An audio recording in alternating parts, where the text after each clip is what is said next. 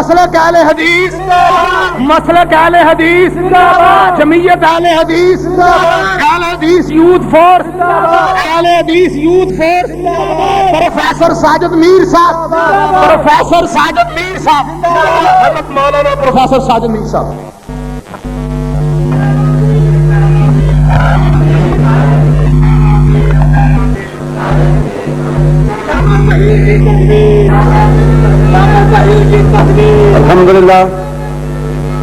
الحمدللہ رب العالمین والصلاة والسلام علی اشرف الانبیاء والمرسلین وعلی آلہ وصحبہ اجمعین، اما بعد فاعوذ باللہ من الشیطان الرجیم، ان کل من فی السماوات والارض الا آتی الرحمن عبدا، صدق اللہ مولانا العظیم۔ معزز علماء کرام، ساتھیوں، دوستوں، عزیزوں اور بزرگوں، ابھی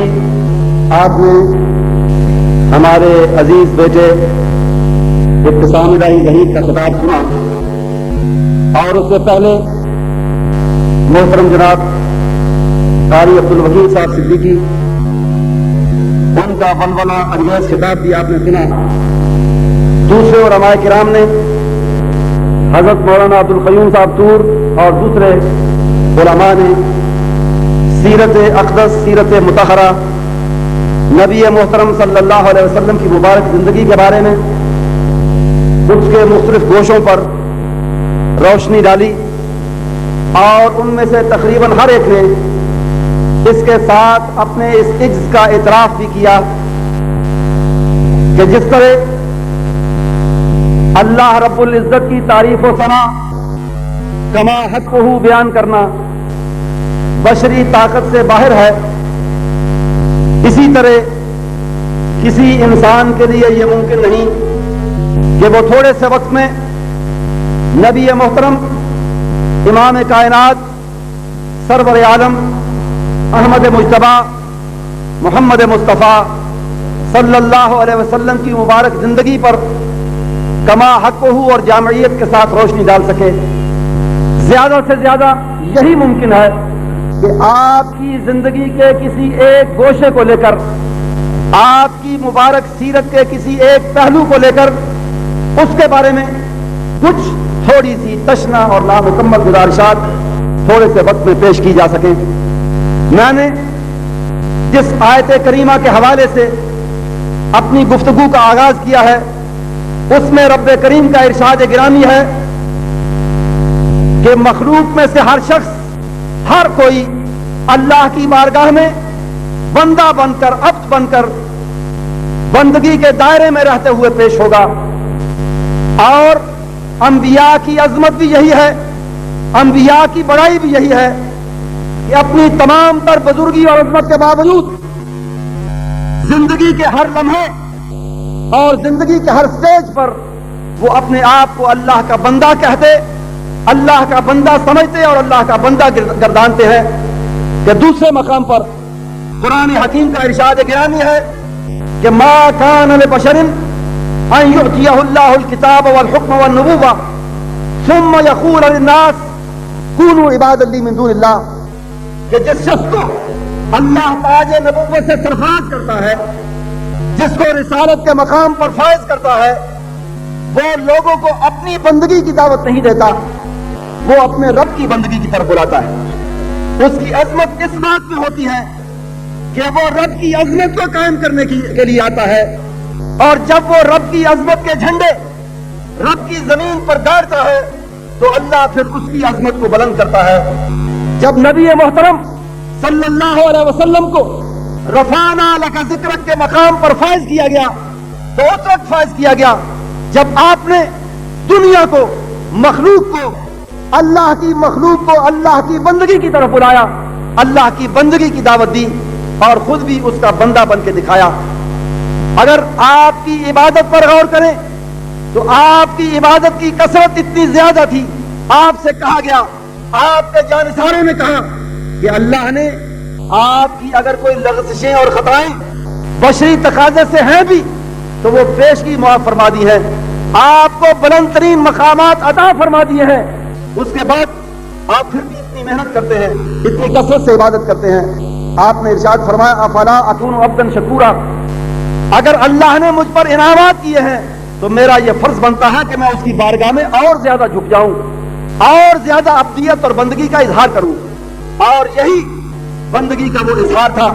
جسے آپ نے اپنے عین عروج کے وقت میں کیا۔ میرے نزدیک آپ کی مبارک زندگی میں عروج کے، کامیابی کے، سربلندی کے، سرفرازی کے، غلبے کے، فتح کے بہت سے اوقات آئے، بہت سے موقع آئے، لیکن دو موقع ان میں ممتاز ہیں۔ دنیاوی طور پر آپ کے غلبے کا، آپ کی سرفرازی کا، آپ کی کامیابی کا، آپ کی سربلندی کا سب سے اونچا، سب سے قیمتی، سب سے عظیم دن وہ تھا جب فاتحانہ شان سے اللہ نے آپ کو مکے میں داخل کیا۔ اور اس وقت آپ کی نفرت کی کیفیت یہ تھی کہ آپ کی گردن فاتحانہ شان سے اکڑی ہوئی نہیں تھی، دنیا کے عام فاتحین کی طرح آپ کا سینہ تنا ہوا اور پھولا ہوا نہیں تھا۔ اس کے عین برعکس محدثین نے، مورخین نے، سیرت نگاروں نے بیان کیا کہ آپ کی گردن اور آپ کا سر اتنا جھکا ہوا تھا، فتح کے اس وقت، کامیابی کے اس وقت، غلبے کے اس وقت میں آپ کا سر اتنا جھکا ہوا تھا کہ سواری کی لگام سے زیادہ لگ رہا، اور آپ کے لبوں پر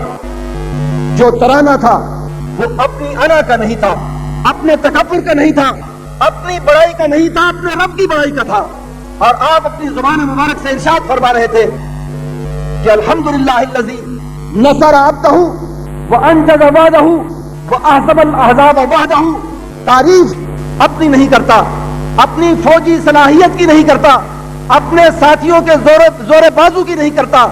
اپنے ساتھیوں کے تیروں اور تلواروں کی نہیں کرتا، تعریف اس اکیلے خدا کی کرتا ہوں جس نے اپنے بندے کی مدد فرمائی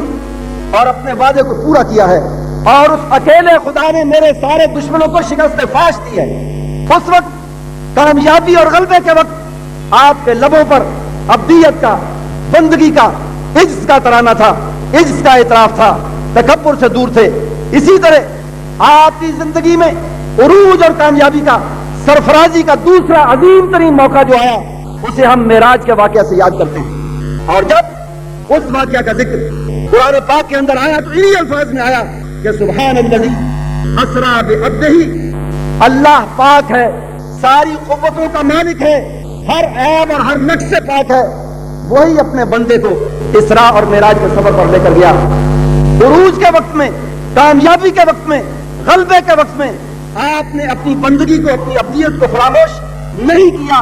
اور یہی آپ کی سب سے بڑی عظمت ہے جس کے بدلے میں اللہ نے فرمایا کہ رفعنا لک ذکرک۔ اے حبیب کریم صلی اللہ علیہ وسلم، آپ نے ہماری عظمت کے جھنڈے گاڑے، آپ نے ہمارے نام کو بلند کیا، ہم نے رہتی دنیا تک کے لیے آپ کے نام کو بلند کر دیا۔ یہ وہ عظمت ہے جو آپ کو عطا فرمائی گئی، اور اسی بندگی کے جذبے کی وجہ سے، اسی عبدیت کے احساس کی وجہ سے پھر آپ کا دل مخلوق کے لیے، مخلوق خدا کے لیے، اپنوں کے لیے، پرائوں کے لیے، دشمنوں کے لیے، دوستوں کے لیے، چھوٹوں کے لیے، بڑوں کے لیے، مشرکوں کے لیے، مسلمانوں کے لیے، کافروں کے لیے، مومنوں کے لیے، حتیٰ کہ انسانوں کے لیے بھی اور جانوروں کے لیے بھی آپ کا دل شفقت سے بھرا ہوا تھا۔ اسی عبدیت کی وجہ سے جب کوئی شخص اپنے آپ کو اللہ کا بندہ سمجھتا اور گردانتا ہے تو پھر اس کے دل میں مخلوق خدا کے لیے شفقت آتی ہے، تکبر سے دور ہوتا ہے۔ تکبر سے دور ہونے کی وجہ سے اس کے دل میں دوسروں کے لیے شفقت اور محبت ہوتی ہے، نفرت اور عداوت سے دور ہوتا ہے۔ ہم سیرت کے جلسے تو کرتے ہیں، سیرت پر باتیں تو کرتے ہیں، لیکن ہمیں نبی پاک صلی اللہ علیہ وسلم کا یہ اسوہ حسنہ یاد نہیں کہ آپ فرماتے ہیں کہ میں محمد صلی اللہ علیہ وسلم صبح کے وقت اپنے دل پر نظر کرتا ہوں، مجھے اپنے دل میں مخلوق میں سے کسی کے لیے کینہ، مخلوق میں سے کسی کے لیے نفرت اور کینہ میرے دل کے اندر موجود نہیں ہوتا، اور شام کے وقت پھر اپنے دل پر نظر کرتا ہوں اور پھر اللہ کا اس بات پر شکر کرتا ہوں کہ اس وقت بھی میرے دل میں کسی کے لیے نفرت اور کینہ موجود نہیں ہوتا۔ لیکن ہم سیرت کا نام لینے کے باوجود، نبی محترم صلی اللہ علیہ وسلم کا دم بھرنے کے باوجود، اہل حدیث کا دعویٰ کرنے اور حدیث اور سنت سے تعلق رکھنے کے باوجود ہمارے دل ایک دوسرے سے نفرت اور ایک دوسرے سے دوری پر مبنی ہے، ایک دوسرے سے نفرت سے بھرپور ہیں۔ میں کبھی کبھی یہ سوچا کرتا تھا، اپنے دوستوں سے کہا کرتا تھا کہ اگر نبی مکرم صلی اللہ علیہ وسلم کی سیرت اور آپ کا نمونہ اگر وہ ابو سفیان کو آپ گلے سے لگا سکتے ہیں، اگر آپ کی سیرت اوس اور خزرج کی لڑائی کو ختم کر سکتی ہے، اگر کفار قریش جنہوں نے ساری زندگی آپ کی مخالفت کی اور جنہوں نے ساری زندگی آپ سے لڑائیاں لڑی، اگر آپ ان کو معاف کر سکتے ہیں، ان کو گلے سے لگا سکتے ہیں، اگر ابو جہل کے بیٹے اکرمہ کو ایک سردار کہہ کر اس کی عزت کر سکتے ہیں، اس کو آگے بڑھا کر گلے سے لگا سکتے ہیں، اگر آپ ابو سفیان جیسے دشمن کو جس نے بدر کے بعد ساری لڑائیوں کو منظم کیا، اگر اس کو آپ گلے سے لگا کر یہ کہہ سکتے ہیں کہ من دخل دار ابی سفیان کان آمنا، کہ جو ابو سفیان کے گھر میں داخل ہوگا اس کو امان ملے گی، اگر آپ اپنے دشمنوں کو گلے لگا سکتے ہیں تو کیا وجہ ہے کہ ہم اہل حدیث ہوتے ہوئے سنت اور حدیث سے اپنے تعلق کا دم بھرنے اور دعویٰ کرنے کے باوجود کیا وجہ ہے کہ فضل حق میاں فضل حق میں اور ساجد میر میں دوری کیوں ہے؟ اگر ایسا سیرت کا دعویٰ کرنے کے باوجود اور اہل حدیث کا دعویٰ کرنے کے باوجود ہم آپس میں کیوں نہیں مل سکتے؟ اور حضرت علامہ احسان اللہ ظہیر نے، ہمارے بھائی، میرے دوست اور قائد اور بھائی نے سن 85 میں برطانیہ کے اندر میرے سامنے جناب میاں صاحب سے شخصی طور پر صلح کی، اور اس سے پہلے دونوں نے کہا کہ ہم سے جو بھی غلطی ہوئی ہے ہم ایک دوسرے کو معاف کرتے ہیں۔ اس کے بعد جماعتی صلح کی کوشش ہوتی رہی اور اس میں میری یہی سوچ شامل تھی، میاں صاحب کی یہی سوچ شامل تھی، دوسرے دوستوں کی یہی سوچ شامل تھی کہ اگر سیرت مطہرہ دشمنوں کو آپس میں ملا سکتی ہے تو ایک مسلک کی آواز بلند کرنے والے، ایک مسلک کی سٹیج پر کام کرنے والے، ایک مسلک کا دم بھرنے والے وہ آپس میں کیوں نہیں مل سکتے؟ اللہ کا احسان ہے، اللہ کا کرم ہے، اس نے حضرت علامہ اور ان کے ساتھیوں کی کوششیں اگرچہ ان کی زندگی میں ان کی یہ آرزو پوری نہ ہو سکی، وہ پوری کوشش کرتے رہے، ذاتی طور پر انہوں نے صلح کی، جماعتی صلح کی کوشش کرتے رہے۔ اس کے بعد میاں صاحب اور ان کے ساتھی، میں اور میرے ساتھی اپنے طور پر کوشش کرتے ہیں، بالآخر اللہ تعالیٰ نے ہماری کوششوں کو شرف قبولیت بخشتے ہوئے ہمیں یہ توفیق عطا فرمائی کہ ہم اس ملک میں اہل حدیث کے سٹیج کو، اہل حدیث کی آواز کو، اہل حدیث کے عزم کو، اہل حدیث کی ہمت کو، اہل حدیث کے چلنے سفر کرنے کی صلاحیت اور اپنی منزل کو پانے کی صلاحیت کو ایک کر سکیں تاکہ اس ملک میں کتاب و سنت کے نفاذ کی منزل قریب آ سکے۔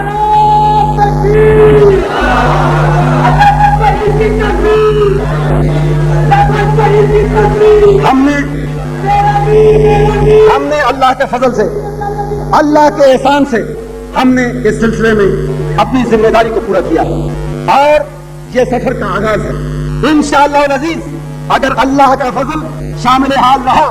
اور مجھے یقین ہے کہ شامل حال ہوگا، اس لیے کہ ہم نے اللہ کے اس فرمان کو سامنے رکھ کر ہم ایک دوسرے کے قریب ہوئے کہ صلح خیر، اللہ نے فرمایا تھا کہ صلح میں برکت ہے، صلح میں خیر ہے۔ اس فرمان اقدس کو سامنے رکھتے ہوئے ہم اکٹھے ہوئے، اس لیے مجھے یقین ہے کہ انشاءاللہ اللہ کا فضل و کرم ہمارے شامل حال ہوگا۔ اور اگر اللہ کا فضل و کرم ہمارے اس یقین کے مطابق شامل حال رہا اور آپ نے بھی اپنی ذمہ داریاں پوری کی، آپ کی ذمہ داریاں بھی ہیں، صرف قیادت کی ذمہ داریاں نہیں ہیں۔ آج تک اس جماعت میں بالعموم یہ سوچ رہی ہے کہ جن 2 یا 4 یا 5 یا 10 آدمیوں کو ہم قیادت کے لیے مقرر کرتے ہیں، 2 4 5 10 سال کے لیے یہ ان کا کام ہے کہ وہ جماعت کو چلاتے رہیں، ہمارا کام صرف ان کے گلے میں رسا ڈالنا، صرف انہیں گریبان سے پکڑ کر کھینچنا اور صرف ان سے سوال کرنا ہے کہ تم نے یہ کام اس طرح کیوں کیا اور اس طرح کیوں نہیں کیا۔ جماعتیں اس طرح نہیں چلتی، جماعتیں اس وقت چلتی ہیں جب قیادت اپنی ذمہ داری محسوس کرے اور افراد اپنی ذمہ داری محسوس کریں۔ جب تک اس جماعت میں احساس ذمہ داری پیدا نہیں ہوگا، جب تک اس جماعت میں مرکز کے ساتھ صحیح معنوں میں وابستگی پیدا نہیں ہوگی، جب تک آپ مالی اور جانی اور افرادی ایثار کے لیے تیار نہیں ہوں گے، اس وقت تک یہ جماعت ترقی نہیں کرے گی۔ کیا میں یہ توقع رکھ سکتا ہوں کہ آئندہ انشاءاللہ اگر آپ ہم سے قیادت کی ذمہ داریاں نبھانے کی توقع رکھیں تو کیا میں آپ سے بھی توقع رکھ سکتا ہوں کہ آپ اپنی ذمہ داریوں کو پوری کریں گے؟ انشاءاللہ مرکز کے ساتھ، جماعت کے ساتھ صحیح معنوں میں وابستگی اختیار کریں اور مالی ایثار کے لیے تیار ہوں، وقت دینے کے لیے تیار ہوں، مقامی یونٹوں کو مضبوط کریں۔ ضلعی اور شہری جماعتیں جتنی منظم ہوں گی، جتنی مضبوط ہوں گی، جتنی مربوط ہوں گی، مرکز اتنا ہی مربوط ہوگا۔ اب تک ہمارے ذہن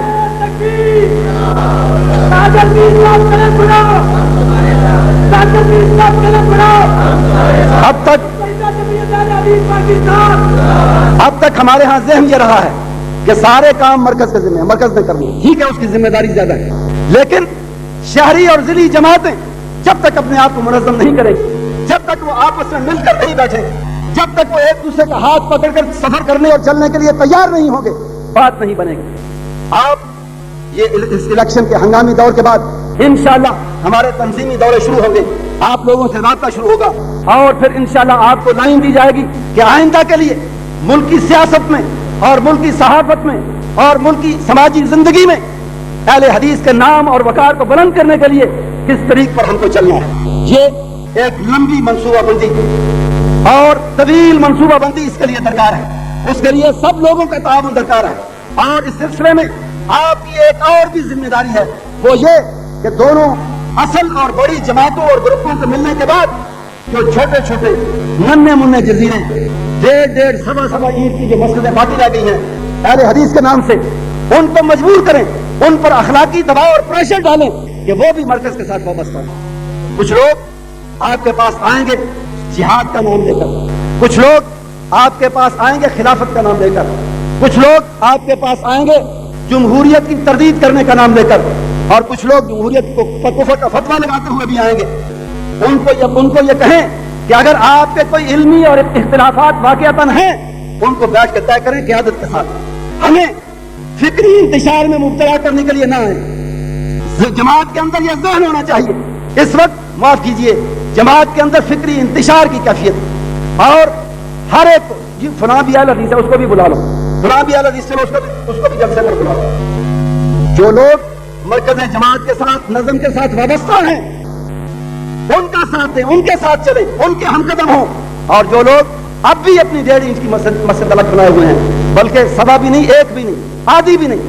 وہ ٹانگے کی سواریاں لوگ کہا کرتے ہیں، ہمارے ہاں بعض جماعتیں ہیں جن کے پاس ٹانگے کی سواریاں بھی پوری نہیں، پھر بھی وہ اپنے آپ کو جماعت کہتے ہیں۔ ایک صاحب نے، ان میں سے ایک بزرگ نے اپنے رسالے میں لکھا، صلح، ہماری صلح کے بارے میں لکھتے ہوئے کہا کہ آپس میں صلح کر لیا، اب اسلامی نظام کے ساتھ ہی صلح کرو۔ گویا ہم اسلامی نظام سے روٹھے ہوئے ہیں، اسلامی نظام سے دور ہیں۔ یہ اسلام کی ٹھیکیداری اور اہل حدیثیت کی ٹھیکیداری جب تک دماغ سے نہیں نکلے گی بات نہیں بنے گی۔ اسی طرح ایک اور صاحب نے لکھا کہ جناب منہج نبوی کے مطابق، نبوی طریقے کے مطابق کام کریں، یہ چھوڑ دیں سب سیاست میاست سب چھوڑ دیں۔ پوچھا جی منہج نبوی کیا ہے؟ نبی پاک صلی اللہ علیہ وسلم کا طریقہ کیا ہوتا جی؟ ہجرت، جہاد، خلافت، یہ نبی کا طریقہ ہے۔ میں نے کہا ہجرت اور جہاد بالکل نبی کا طریقہ ہے، لیکن نہیں، انہوں نے کہا جہاد اور تبلیغ اور جہاد اور اس کے بعد خلافت، یہ نبی کا طریقہ ہے۔ میں نے کہا بالکل، لیکن ان کے درمیان ایک سٹیج اور آتی ہے، تبلیغ اور جہاد سے پہلے ہجرت کی سٹیج آتی ہے۔ اگر آپ منہج نبی کے قائل ہیں، نبی پاک صلی اللہ علیہ وسلم کے طریقے کے مطابق انقلاب لانا چاہتے ہیں، تو پھر آپ کے لیے ضروری ہے کہ آپ نبی پاک صلی اللہ علیہ وسلم کی طرح، اگر آپ سمجھتے ہیں کہ آپ پاکستان میں نہیں کفرستان میں بیٹھے ہیں، وہ لوگ یہی کہتے ہیں جنہوں نے یہ کہا تھا کہ منہج نبی کے مطابق کام کرو، وہ پاکستان کو کفرستان سمجھتے ہیں۔ اگر یہ کفرستان ہے تو پھر ان کا یہ فرض بنتا ہے اس کو چھوڑ کے کہیں اور جا بسیں،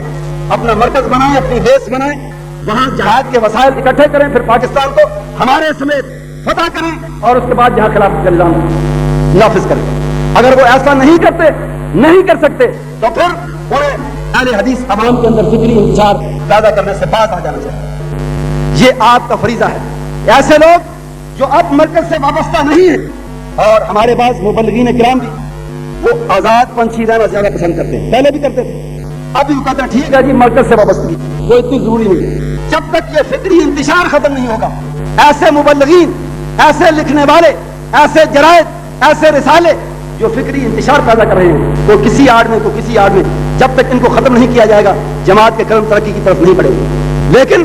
اس کے باوجود، ان کی ان ساری باتوں کے باوجود، انشاءاللہ ہم عزم کیے ہوئے ہیں کہ اللہ کے فضل سے اور آپ کے تعاون سے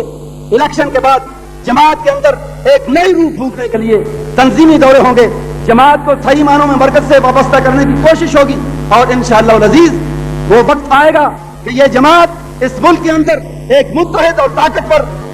چٹان بنے گی کہ جس سے دشمن ٹکرا کے پاش پاش ہو جائیں گے انشاءاللہ العزیز۔ لیکن اس کے لیے جیسا کہ میں نے عرض کیا، آپ کو اپنی ذمہ داریاں اور ہمیں اپنی ذمہ داریاں ادا کرنی۔ 2-3 دفعہ میں نے الیکشن کے بعد کہا آپ کے ذہن میں یہ سوال ہوگا کہ الیکشن سے پہلے ہم نے کیا کرنا ہے اور الیکشن کے موقع پر کیا کرنا ہے. جیسا کہ آپ کو معلوم ہے مرکزی جمعیت اہل حدیث اسلامی جمہوری اتحاد کے ساتھ شامل تھی, اسلامی جمہوری اتحاد کا ایک حصہ تھی, اور دونوں جماعتوں کے آپس میں ملتے ہوئے یہ طے ہوا تھا کہ متحدہ جماعت بھی آئی جی آئی میں شامل ہوگی اور سمجھی جائے گی. یہ پہلی ہماری پریس کانفرنس جو اتحاد کی ہے اس میں یہ اعلان ہوا. اس کے بعد مسئلہ چلا ٹکٹوں کا. اس میں ہمیں جتنی بھی جزوی کامیابی ہوئی یا جتنی ہماری خواہشات یا توقعات سے کم ہوئی, اس کے باوجود میں نے آئی جی آئی کی مرکزی قیادت سے ان کے سامنے بیٹھ کر بات کرتے ہوئے کہا تھا کہ ہم مور لائل دین دی کنگ ہیں, شاہ سے زیادہ وفادار ہیں. یعنی جس نظریے کا آپ نام لیتے ہیں, صرف نام لیتے ہیں, اس نظریے سے زیادہ وفاداری آپ کی نسبت ہماری ہے. اور آپ کے لوگ شام کو یہاں ہوتے ہیں, کل اخبار میں خبر آ جاتی ہے کہ وہ پارٹی بدلنے کہیں اور چلے گئے, لیکن ہم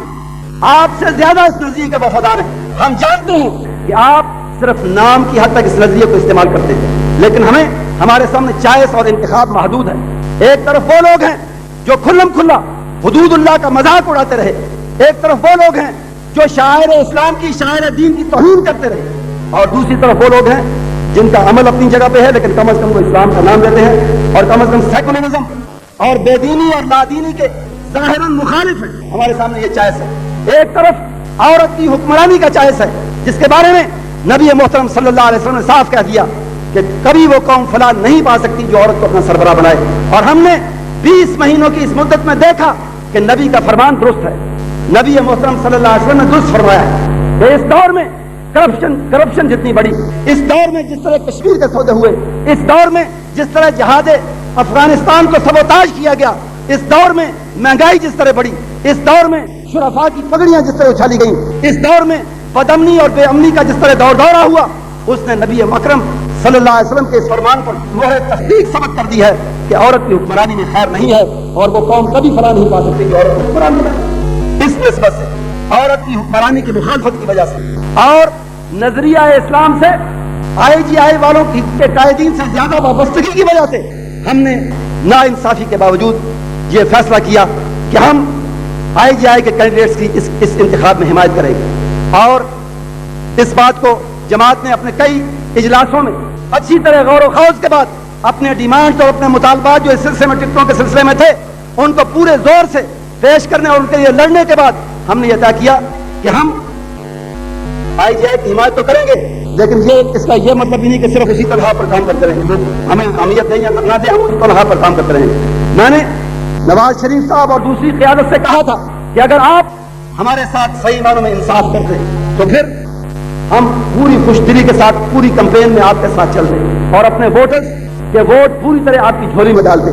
ہم اب بھی اپنے ووٹرز کو نظریے کی خاطر, ایک اصول کی خاطر یہی کہیں گے کہ وہ آئی جی آئی کی حمایت کریں, لیکن وہ خوش دلی کی بات اور پوری کمپین میں چلنے کی بات یہ اس وقت ممکن ہوتی جب آپ ہمیں ہمارا حق دیتے. انہوں نے اس سے اتفاق کیا, لیکن ساتھ ہی کہا کہ ہم نے ایک اصول بنایا ہے, غلط یا صحیح اس سے پہلے بن چکا ہے. ہمارے ان ڈیمانڈ سے پہلے, مطالبات سے پہلے اور آئی جی آئی میں اپنا موقف پیش کرنے سے پہلے انہی کے ایک مشترکہ اجلاس میں ہمارے عمل دخل سے پہلے یہ اصول بن چکا تھا کہ گزشتہ انتخابات کو معیار بنایا جائے اور اس میں پہلی اور دوسری پوزیشن رکھنے والی پارٹیوں کو ترجیح دی جائے. اس اصول کے مطابق ہمارے حصے میں محدود چیز زیادہ تھی اور اس اصول کے مطابق اگرچہ اس اصول پر ہم نے بحث کی اور کہا کہ اس کا یہ درست اصول نہیں ہے اور یہ بھی بتایا کہ اس کی خلاف ورزی بھی ایک آدھ کیس میں ہوئی ہے, لیکن بالعموم چونکہ یہ اصول بن چکا تھا اس لیے اس کے مطابق فیصلے ہوئے. اور اس کے باوجود ہم نے طے کیا کہ اگرچہ کمپین میں شاید اس انداز میں ہم خوش دلی کے ساتھ نہ چل سکے, لیکن نظریہ اور اصول کی خاطر اپنے ووٹرز کو یہی کہیں گے کہ آئی جی آئی کو کم از کم پیپلز پارٹی کے مقابلے میں ہر لحاظ سے ترجیح دی جائے. دوسری بات, جناب میاں فضل حق صاحب 3-4 روز سے سفر پر تھے اسلام آباد, بالا کوٹ جماعتی سلسلے میں, اور کچھ ضروری مسائل کے لیے انہیں جانا تھا. آج بھی جب وہ آئے تو آتے ہی یہ وحشتناک خبر ملی کہ جناب صوفی احمد دین صاحب کی طبیعت خراب ہے. ان کے لیے خلوص دل سے دعا فرمائیں کہ اللہ تعالیٰ ان کو صحت کاملہ اور عاجلہ عطا فرمائے. اور اسی وجہ سے کچھ اس پریشانی کی وجہ سے, کچھ پہلے سفر کی وجہ سے میاں صاحب زیادہ وقت نہیں بیٹھ سکے, اور انہوں نے مجھے فرمایا تھا کہ میں ان کی طرف سے آپ کو یہ پیغام دے دوں کہ ہم نے ساری مشکلات اور ساری پریشانیوں اور ساری کوششوں کے بعد اور ان کے باوجود یہی طے کیا ہے کہ ہم بالعموم آئی جی آئی کی حمایت کریں گے.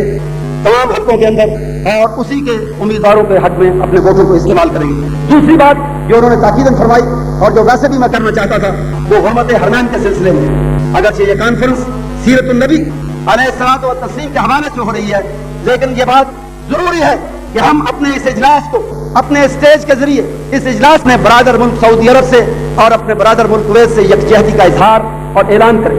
اور جو ظلم ان کویت پر ہوا ہے اور جس ظلم کا ارادہ سعودی عرب کے ساتھ کیا گیا تھا اس کی پرزور مذمت کریں. میں نے پہلے بھی کہا ہے کچھ لوگ سعودی عرب کی دفاعی پالیسی پر اعتراض کرتے ہیں کہ انہوں نے غیر ملکی فوجوں کو دعوت کیوں دی. سوچنا یہ ہے کہ ایسا کیوں ہوا، ایسا مجبوراً ہوا اور اس پر مجبور صدام حسین نے کیا. اس کی ساری ذمہ داری عراق پر عائد ہوتی ہے. اور یہ بات بھی یاد رکھنے کی ہے کہ سعودی عرب نے مشکل کے ہر وقت میں ہمارا ساتھ دیا ہے. 63 کی جنگ میں اس نے ہم سے یہ نہیں پوچھا تھا. آج کچھ لوگ سعودی عرب کے جو دل سے دشمن ہیں وہ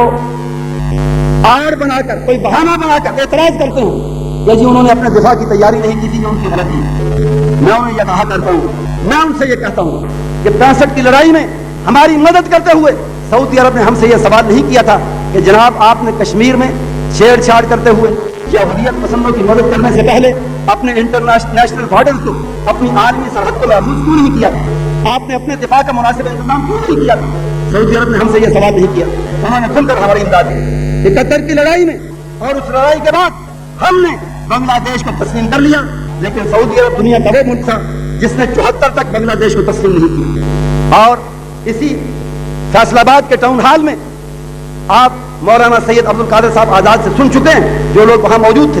کہ جب علماء کا ایک وفد بھٹو کے کہنے پر شاہ فیصل شہید سے ملا اور ان سے یہ کہا کہ آپ بنگلہ دیش کو تسلیم کر لیں، تو شاہ شہید نے فرمایا اگر یہ کسی ملک کا ٹوٹنا ہوتا،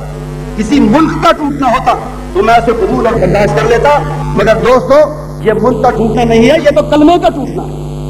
اس لیے میں اسے قبول کرنے اور برداشت کرنے کے لیے تیار نہیں ہوں. تمہارے اوپر یہ واردات گزری ہے، تم قبول کر لو، میرا دل اسے قبول نہیں کرتا. اس لیے کہ کلمہ اسلام لا الہ الا اللہ محمد رسول اللہ صلی اللہ علیہ وسلم پر اس ملک کی بنیاد رکھی گئی تھی، اور جس ملک کی بنیاد کلمے پر رکھی گئی اس ملک کا ٹوٹنا میرے نزدیک کلمے کا ٹوٹنا ہے. اور پھر شاہ شہید نے یہ بھی فرمایا جاؤ مجیب الرحمان سے کہو کہ میں اس کے صوبے مشرقی پاکستان کی ایک ایک انچ زمین کی قیمت دینے کے لیے تیار ہوں، اور اس صوبے کا آئندہ 10 سال کے لیے بجٹ دینے کے لیے تیار ہوں. ایک ہی شرط ہے کہ صوبے کو پھر سے پاکستان کا حصہ بنا دو. ایک ہی شرط. جو ہم سے زیادہ پاکستانی تھے اور ہیں، جو ہم سے زیادہ پاکستان سے محبت کرنے والے تھے اور ہیں، اگر ان پر آزمائش کی تکلیف اور مصیبت کی گھڑی آئی ہے تو ہم ان کی اخلاقی امداد کیوں نہ کریں؟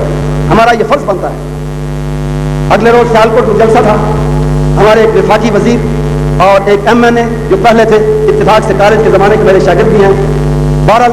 کسی نسبت سے وہ بھی آئے، اور انہوں نے ان میں سے ایک صاحب نے بسر جلسہ کہا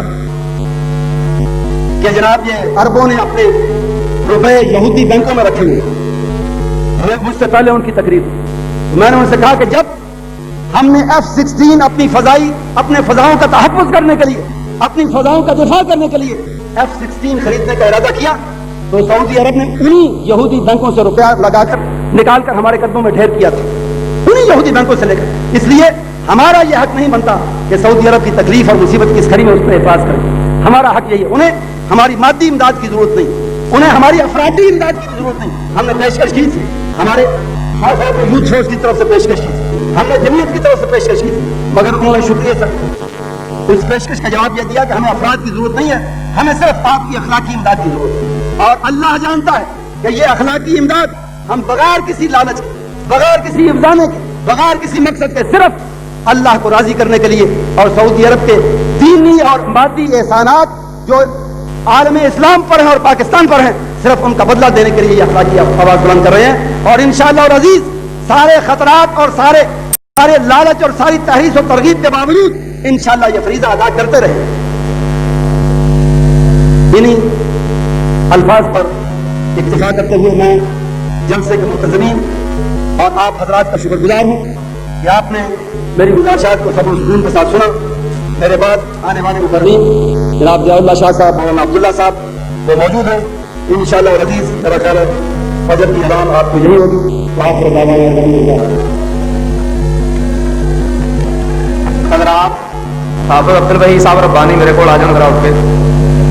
اے 3 جلسیاں دے اعلان سن لو. 19 اکتوبر بروز جمعۃ المبارک کریم یا اسلام پہ چلنا سیکھو یا اسلام کا نام نہ لو.